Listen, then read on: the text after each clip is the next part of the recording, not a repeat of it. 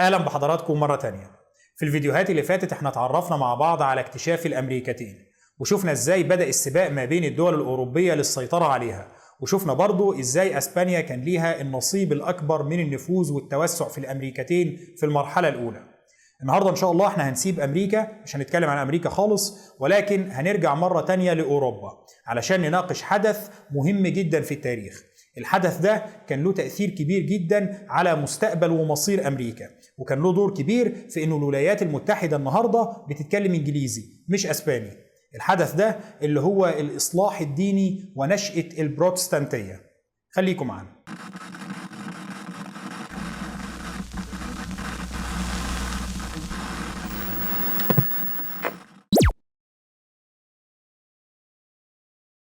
كل المراحل اللي احنا اتكلمنا عنها قبل كده في تاريخ اوروبا كنا بنتكلم عن الكاثوليكية باعتبارها دين الغالبية الكاسحة من سكان اوروبا، وكنا بنتكلم عنها باعتبارها الدين الرسمي لكل الدول الاوروبية تقريبا. الكنيسة الكاثوليكية كانت تمثل الكنيسة الاوروبية، او كانت تمثل الكنيسة المسيطرة على اغلب انحاء اوروبا. أي نعم كان في كنايس تانية موجودة، كان عندنا مثلا الكنيسة الأرثوذكسية الموجودة في اسكندرية، أو كنيسة القسطنطينية اللي هم برضو كانوا أرثوذكس، أو حتى الكنيسة الروسية اللي هتنشأ وتستقل فيما بعد. ولكن كل دول كان عدد أتباعهم أقل بكتير من أتباع الكنيسة الكاثوليكية اللي كانت مسيطرة على أوروبا كلها. وفي نفس الوقت كان النفوذ السياسي في أوروبا يكاد يكون منحصر على الكنيسة الكاثوليكية، ما كانش فيه أي نفوذ لا الكنائس ولا حتى لديانات تانية في أوروبا في المرحلة دي. فترة العصور الوسطى في أوروبا كان فيها صراع كبير جدا ما بين السلطة الروحية الممثلة في بابا الكنيسة الكاثوليكية والسلطة الدنيوية الممثلة في ملوك الدول الأوروبية المختلفين. الصراع ده استمر لفترات طويلة جدا ما بين البابوية وما بين الملوك. أي نعم مع الوقت ومع تطور الصراع كان نفوذ البابا بيتراجع تدريجيا في مقابل ترسخ سلطة الملوك، ولكن في النهاية ده ما كانش معناه انتهاء سلطة البابوية. سلطة البابا كانت لا تزال قوية جدا، وكلمة البابا كانت مسموعة في أوروبا، وما كانش فيه أي حاكم أوروبي مستعد إن هو يدخل في صدام مباشر مع البابا. على الأقل ما كانش بيلجأ للخيار ده بسهولة، لأن الخيار ده كان معناه إنه هيواجه مشاكل كبيرة جدا داخل مملكته مع مواطنيه المتدينين. ولكن بحلول القرن ال15 العالم كله وأوروبا على وجه الخصوص كان بيحصل فيها تغيير سريع جدا. نظريات علمية جديدة واكتشافات جغرافية ضخمة وحركة في كل المجالات خلت الناس تبدأ تفكر وتتساءل. في نفس الوقت ما كانتش البابوية قادرة تواكب التغير السريع ده.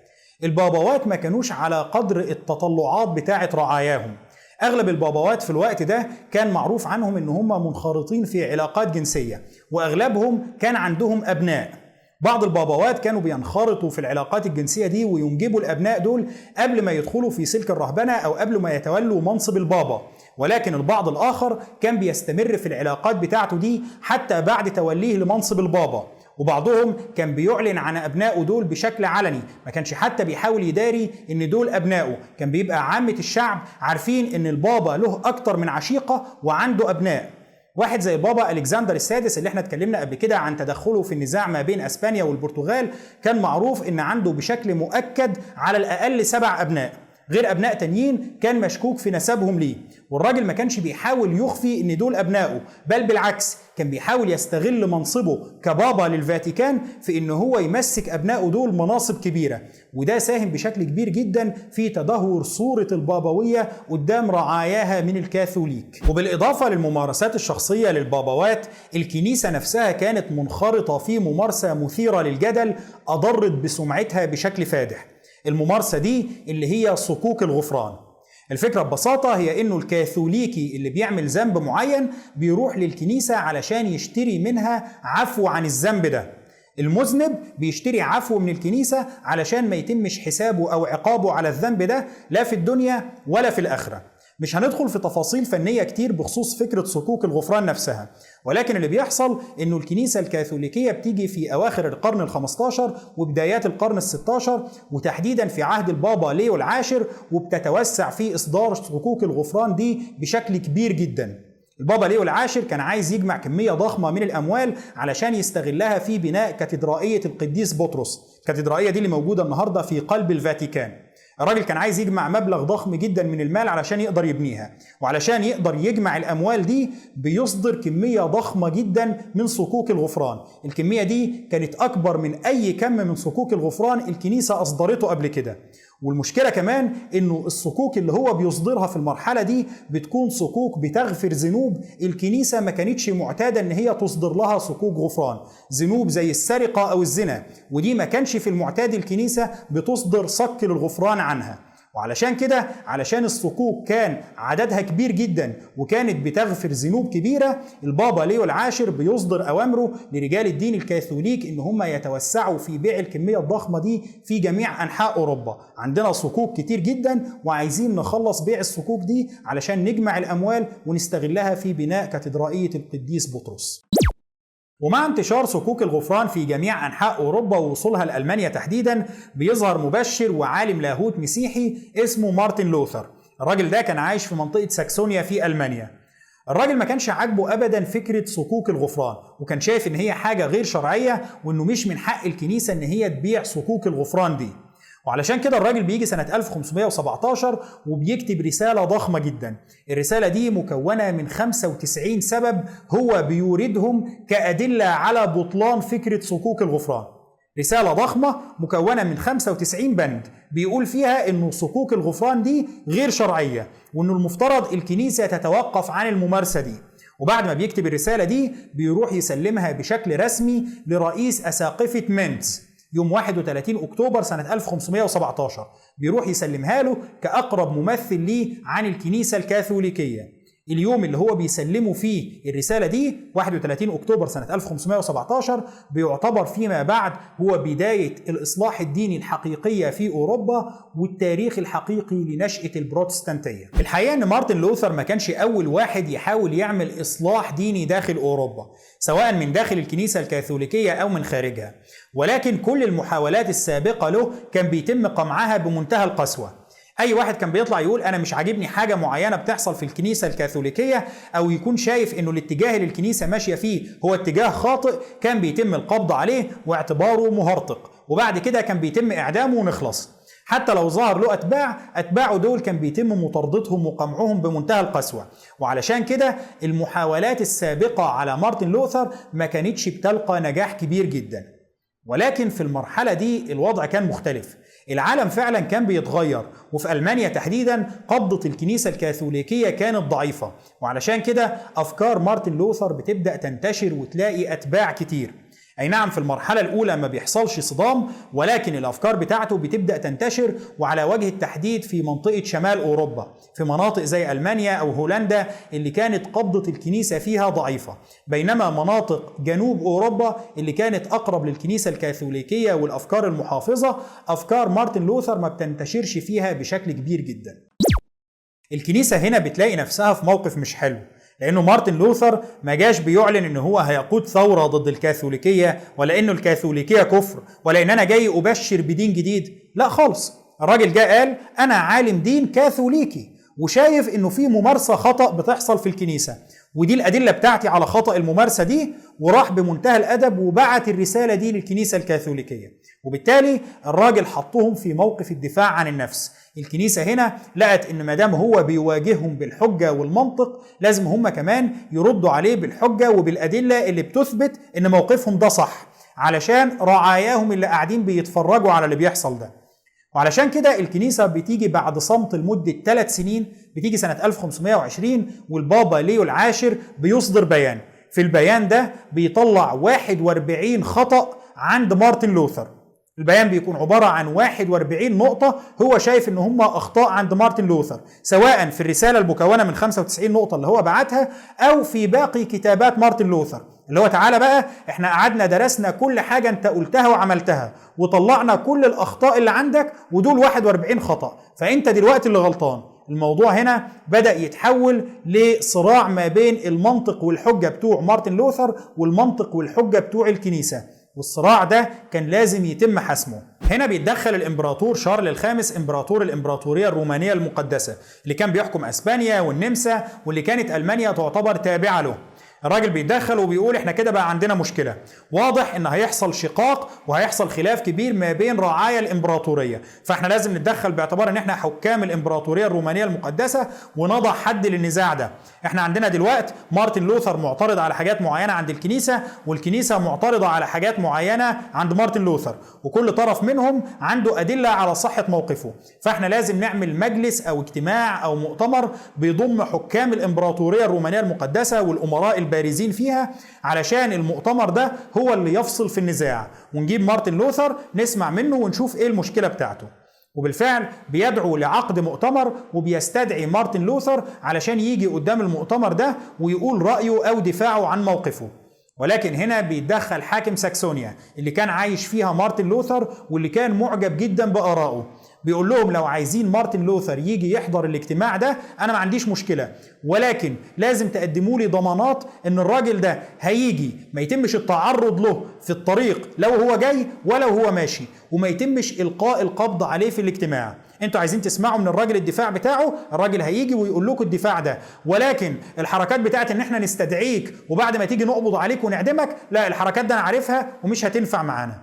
الراجل بيلتزم بالدفاع عن مارتن لوثر، وبالفعل بسبب التزامه ده بيتم الموافقة على تقديم الضمانات اللازمة له. بيقولوا له خلاص احنا بندي لك كلمتنا، الراجل ده هيجي يقول الدفاع بتاعه ونسمع منه، وبعد كده هيتم السماح له بالعودة في سلام من غير ما نتعرض له ومش هنقبض عليه. بعد ما يمشي وقتها احنا هنصدر حكمنا عليه، ولكن وهو جاي وهو في المحكمة وهو راجع احنا مش هنتعرض له. وبالفعل بيتم عقد المؤتمر ده في مدينة فورم في ألمانيا سنة 1521، وبيجي مارتن لوثر ليقف أمام المؤتمر ويدافع عن أفكاره طبقا للتطمينات اللي تلقاها حاكم ساكسونيا.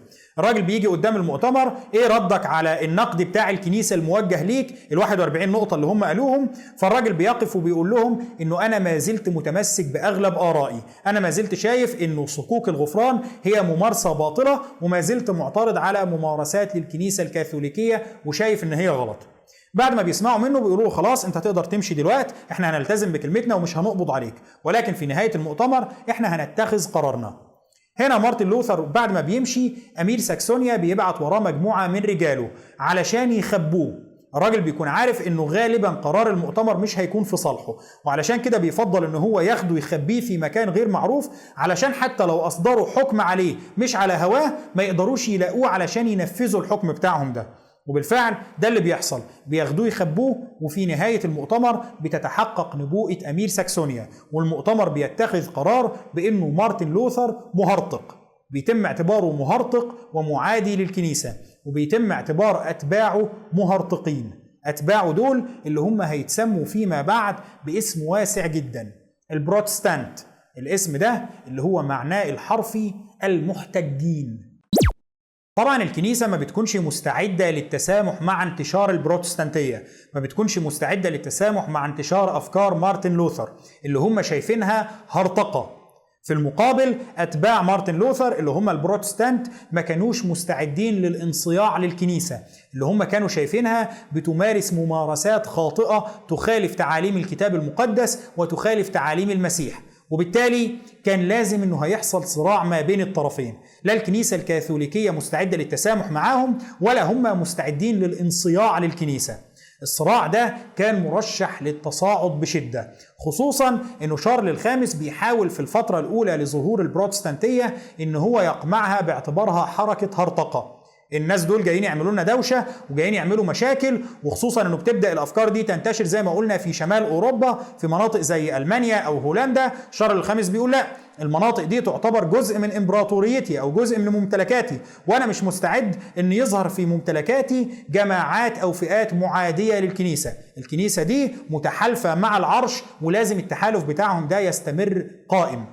ولكن مع الوقت ومع اشتداد الصراع بيبدأ شارل الخامس يقلق من الصراع ده، اللي واضح ان البروتستانتية بتبدأ تكتسب أرض جديدة كل يوم. أي نعم ما زال نفوذها الأكبر منحصر في الأجزاء الشمالية من أوروبا، ولكن الأجزاء دي تعتبر جزء مهم جدا من إمبراطوريته، ولو حصل صراع ما بين الأجزاء دي وما بين باقي أجزاء الإمبراطورية ده معناه إن هيحصل حرب أهلية داخل ممتلكات شارل الخامس، وهو ما كانش مستعد أبدا لأنه يسمح بده. لا، حتى لو هنتسامح مع بعض الهرطقة فمش هنسمح بوصول الأمر لحرب أهلية. شارل الخامس كان داخل في صراعات متعددة مع فرنسا ومع الدولة العثمانية، وقيام حرب أهلية داخل ممتلكاته كان معناه إن موقفه هيبقى ضعيف جدا، وإن أعداؤه سواء في فرنسا أو في الدولة العثمانية كانوا هيستغلوا المواقف دي ضده. وعلشان كده الراجل بيجي تدريجيا وبيقول خلاص، سيبوا اللي يدخل في البروتستانتية يدخل فيها، وسيبوا أتباع مارتن لوثر يعيشوا في سلام،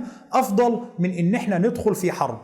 خصوصا وإنه كان في تحالف من الأمراء المؤمنين بالبروتستانتية بيتكون ضد شارل الخامس، تحالف من الأمراء اللي هم أصلا المفترض تابعين له داخل الإمبراطورية الضخمة بتاعته. بتحصل جهود متعددة لاحتواء النزاع ما بين شارل الخامس وما بين الأمراء البروتستانت المعارضين له داخل الإمبراطورية الضخمة بتاعته.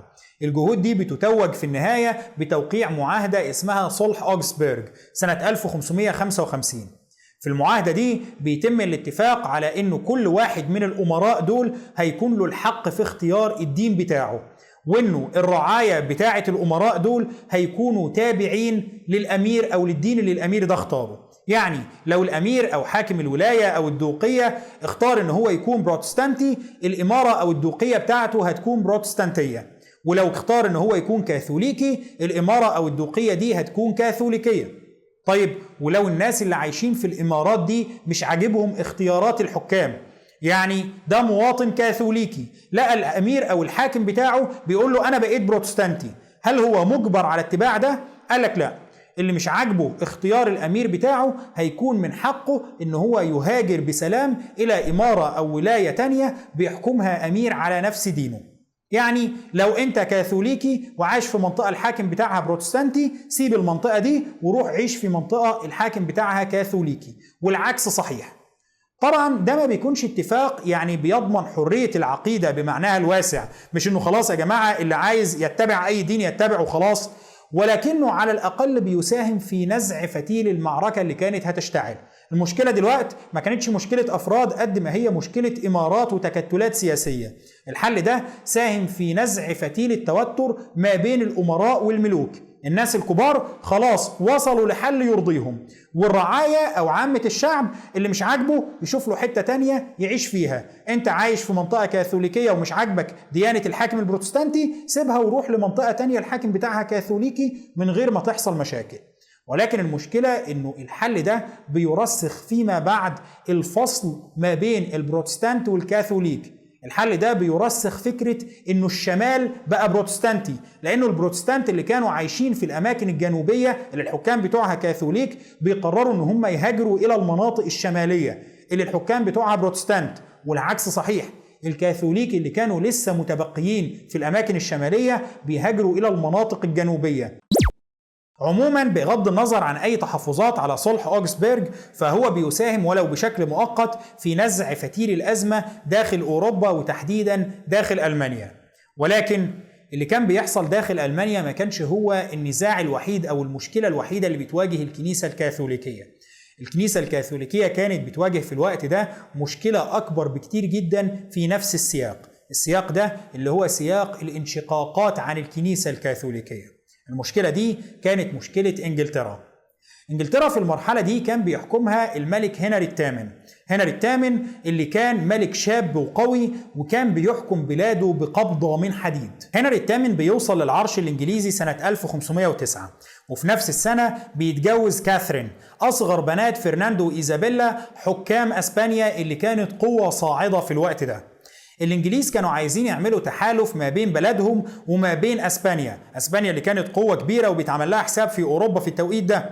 قالوا احنا لازم نعمل تحالف ضد أعدائنا التقليديين اللي هم فرنسا، وعلشان يضمنوا ان التحالف ده هيكون تحالف وثيق وانه اسبانيا مش هتبيعهم في اي وقت، بيقرروا ان هم يوثقوا التحالف ده بزواج ملكي.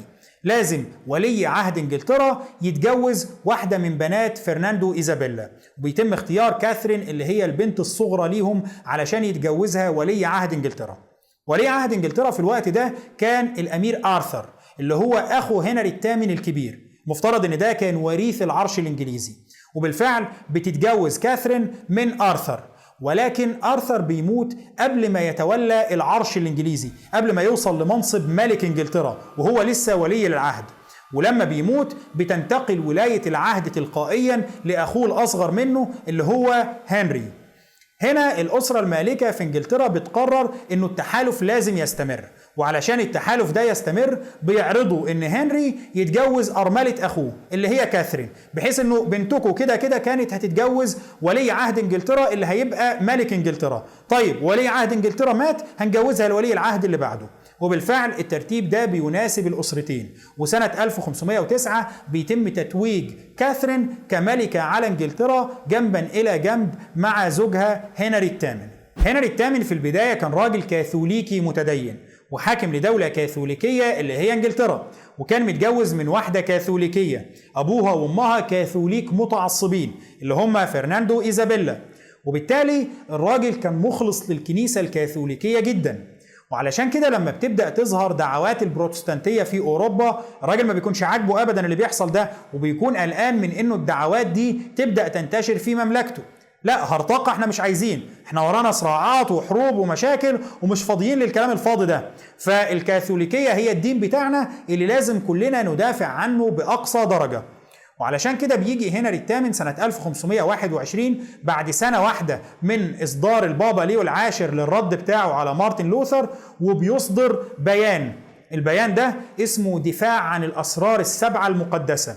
وفي البيان ده بيحاول هنري الثامن إن هو يدافع عن موقف الكنيسة الكاثوليكية ويثبت إن مارتن لوثر وأتباعه مهرطقين.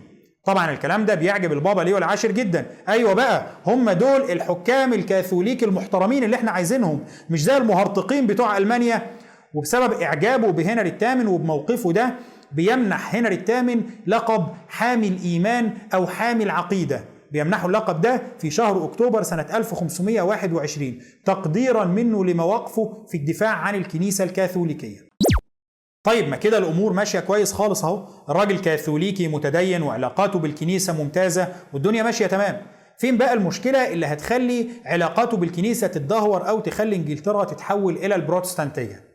المشكله بتبدا لما بيجي هنري الثامن يلاقي انه بعد ما يقرب من 20 سنه زواج من كاثرين ما عندوش منها غير بنت واحده اللي هي ماري. المفترض ان دي هي اللي هترث العرش الانجليزي. هنا الراجل بيقول لا، الكلام ده مش نافع، انا متجوز بقالي 20 سنه علشان انا منتظر وريث للعرش الانجليزي، واهم صفه في الوريث ده انه لازم يكون ذكر. انا عايز ولد هو اللي يرث العرش الانجليزي. فهنا الناس بتبدا تحاول تقنعه انه يا عم عادي انه بنت هي اللي ترث العرش. طب ما كاثرين دي نفسها امها كانت ايزابيلا، كانت بتحكم اسبانيا، فيعني اللي امها كانت ملكه على قشتاله، ايه المانع ان بنتها تبقى ملكه على انجلترا؟ قال لهم لا، الكلام ده يمشي هناك في اسبانيا لكن ما يمشيش هنا في انجلترا. انا عايز ولد هو اللي يرث العرش، مفيش حاجه اسمها بنت هي اللي ترث العرش. طيب خلاص يبقى حضرتك اصبر شويه وان شاء الله ربنا يكرمكم وتخلفوا ولد. بقول لهم ايوه ربنا يكرمنا امتى؟ احنا متجوزين بقالنا ما يقرب من 20 سنه، احنا دلوقتي عندنا ازمه كبيره والازمه دي لازم نشوف لها حل، لازم نشوف طريقه علشان اقدر انجب ولد يرث العرش الانجليزي. هنا هنري الثامن بيلاقي انه قدامه حل من اتنين علشان يكون في وريث ذكر للعرش الانجليزي. الحل الاول ان هو يحاول يجوز بنته ماري باسرع وقت، وبنته دي لما تتجوز تخلف ولد، وبالتالي ينتقل العرش الانجليزي من هنري الثامن لحفيده الذكر مباشرة بدون ما يمر ببنته. ولكن هنري الثامن بيشوف ان ده حل غير واقعي. انا لسه المفترض استنى لما بنتي تكبر، وبعد ما تكبر استنى لما تتجوز واقعد ادعي انها تخلف ولد. طيب الموضوع ده هياخد وقت طويل، ممكن هنري الثامن يموت قبل ما بنته تخلف الولد ده، وممكن بنته اصلا ما تخلفش الولد. وعلشان كده بيلاقي انه لا، الحل ده مش هينفع، احنا لازم نشوف حل تاني. الحل التاني هنا بيكون ان هو يتجوز واحدة غيرها. خلاص يعني مادام هو مش قادر ينجب وريث ذكر من كاثرين، ممكن يتجوز واحدة تانية ويحاول يخلف منها الولد اللي نفسه فيه. ولكن ايوه هتتجوز واحدة غيرها ازاي؟ انتوا كاثوليك يا حاج، ما عندكوش الكلام ده. انت هتتجوز وهتفضل متجوزها لغاية اما حد فيكم يموت، فازاي هتتجوز واحدة تانية غيرها؟ هنا هنري الثامن بيحاول يقنع زوجته كاثرين ان هي تترهبن. يقول لها ايه رايك انت تروحي تشوفي لي جدير كويس وتلتحقي بسلك الرهبنه، على اساس ان هي لما تترهبن الراجل هيكون كده مش متجوز، وبالتالي يقدر يروح للبابا يقول له والله انا مراتي بقت راهبه وعايز اتجوز واحده ثانيه، فيسمح له بالزواج، فالراجل يروح يتجوز وخلاص ويخلف بقى من مراته الجديده دي. ولكن كاثرين بترفض الفكرة، تقول له أنا مش هروح أترهبن، أنا قاعدة هنا، أنا ملكة إنجلترا وهفضل ملكة إنجلترا. طبعا هنا هنري الثامن لما بيلاقي الرفض ده من جانبها وكل الأبواب اتقفلت في وشه بيبدأ يفكر بره الصندوق. هنري الثامن هنا بيبعت لبابا الفاتيكان يقول له لو سمحت أنا عايزك تعلن بطلان زواجي من كاثرين، عايزك تبطل الزواج ده وتفسخه، تلغيه وتعتبره كأن لم يكن. بابا الفاتيكان لما بيسأله على أي أساس أنت بتطلب إبطال الزواج ده، قال له على أساس إن دي كانت مرات أخويا قبل كده، وأنت عارف إنه غلط إن الأخ يتجوز أرملة أخوه. قال له أيوه، أنت ما كنتش عارف ده من 20 سنة؟ فقال له لا، ما هو من 20 سنة كان المفترض إنه لما أخويا مات وجينا بقى نتناقش في الموضوع ونشوف ينفع أتجوزها ولا ما ينفعش، قالوا لنا إنه تم إتمام إجراءات الزواج ولكن الزواج نفسه لم يتم. يعني الإجراءات الكنسية تمت ولكن الزواج لم يتم، ما زالت كاثرين عذراء وما حصلش أي علاقة ما بينها وما بين آرثر، وعلى الأساس ده إحنا عملنا الزواج. لكن واضح إنها كدبت بقى، يلا الله يسامحهم، بسبب الكذب بتاعها ده أنا اتجوزت أرملة أخويا وعملت ذنب كبير جدا، وعلشان كده ربنا بيعاقبني ومش راضي يديني الابن الذكر اللي أنا نفسي فيه، فلو سمحت أعلن بطلان الزواج ده وخليني بقى أقدر أتجوز أي واحدة تانية ما كانش فيه أي علاقة ما بينها وما بين أخويا. ولكن هنا بابا الفاتيكان ما كانش مستعد إن هو يتخذ خطوة زي دي بالبساطة دي.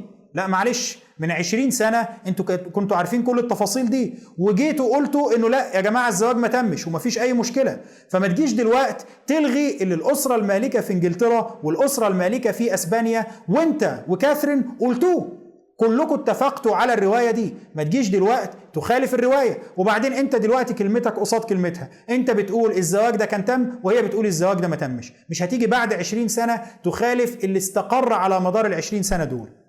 وبالإضافة لكل التفاصيل دي، البابا كان عنده سبب تاني يخليه يرفض تماما الفكرة دي. السبب ده هو إنه كاثرين كانت تبقى خالة الإمبراطور شارل الخامس، إمبراطور الإمبراطورية الرومانية المقدسة وحاكم أسبانيا وأقوى حاكم في العالم المسيحي أو في أوروبا في الوقت ده. فمعاداة شارل الخامس كانت هتبقى خطوة سيئة جدا، وخطوة زي إبطال زواجه كانت هتعتبر إهانة كبيرة جدا من هنري الثامن وحتى من بابا الفاتيكان لشارل الخامس. ما كانش من مصلحة بابا الفاتيكان أبدا إن هو يهين شارل الخامس الإهانة دي، وعلشان كده البابا بيقول له انسى، انتوا من 20 سنة قلتوا إن الزواج ده صحيح وإحنا هنلتزم بالكلام ده دلوقتي، وكاثرين هي زوجتك ولن يتم إبطال الزواج. ولكن هنري الثامن كان مستعد يعمل أي حاجة في الدنيا علشان يضمن تأمين وريث ذكر له، أي حاجة بالمعنى الحرفي لأي حاجة. هنري الثامن بيجي في البداية يرتب الخطوات بتاعته اللي هتخليه يقدر يبطل زواجه من كاثرين ويتجوز واحدة غيرها. أول خطوة بتكون إنه هو يقترح على البابا إنه يعين واحد من أتباع هنري الثامن أو من الموالين له ككبير لأساقفة كانتربري، اللي هو أعلى منصب كنسي في إنجلترا. وهنا البابا بيوافق عادي، مفيش مشكلة، يعني الملك اقترح عليه شخص، الراجل وافق عليه، تم تعيينه ككبير لأساقفة كانتربري. وبمجرد ما هنري الثامن بيضمن تأمين النقطة دي ويأمن ظهره بأنه يبقى أعلى منصب كنسي في إنجلترا موالي له، بيخلي البرلمان الإنجليزي يصدر قرارين، واحد منهم سنة 1532 وواحد سنة 1534. القرارين دول بيعلنوا انه خلاص الكنيسة الانجليزية لم تعد تابعة للكنيسة الكاثوليكية، وانه ملك انجلترا اصبح رأس الكنيسة الانجليزية، بقى اعلى سلطة كنسية في انجلترا هو كبير اساقفة كانتربري، واللي بيتلقى الاوامر والتعليمات مباشرة من ملك انجلترا. بابا الكنيسة الكاثوليكية ما عادش له أي سلطة داخل إنجلترا، السلطة العليا بقت في يد الملك هنري الثامن فقط. طبعا قرار زي ده ما بيعديش بسهولة وبتحصل عليه بعض الاعتراضات، ولكن مع قبضة هنري الثامن الحديدية على السلطة في بلاده بيتم قمع الاحتجاجات دي ووأدها في مهدها، وبيتم بالفعل تطبيق القرار، وبتنفصل الكنيسة الإنجليزية عن الكنيسة الكاثوليكية. الانفصال ما بين الكنيسة في انجلترا وما بين الكنيسة الكاثوليكية في روما بينشأ عنه قيام كنيسة جديدة، كنيسة إنجليزية مستقلة، اللي هي الكنيسة اللي هتعرف فيما بعد باسم الكنيسة الأنجليكانية. عموما بمجرد حدوث الانفصال ده هنري الثامن بيستغل الموضوع وبيعلن بطلان زواجه من كاثرين. خلاص كاثرين ما عادتش زوجة للملك هنري الثامن، والملك لازم يختار زوجة جديدة، وبالفعل بيتجوز واحدة تانية اسمها آن بولين. دي بقى اللي المفترض انها هتخلف له ولي لعهد انجلترا، الوريث الذكر، ولكنه بينجب منها في البداية بنت اللي هي إليزابيث. بيقول مش مشكلة، خلينا نصبر لغاية اما تخلف ولد. وبالفعل بيحصل حمل للمرة التانية، ولكن الحمل التاني ده بينتهي بالإجهاض. وهنا هنري الثامن بيقول لا، دي كفاية بقى عليها كده، احنا مش هنفضل صابرين عليها على طول. طيب كفاية عليها، هتعمل ايه؟ ما انت مش كل يوم هتطلق واحدة كده.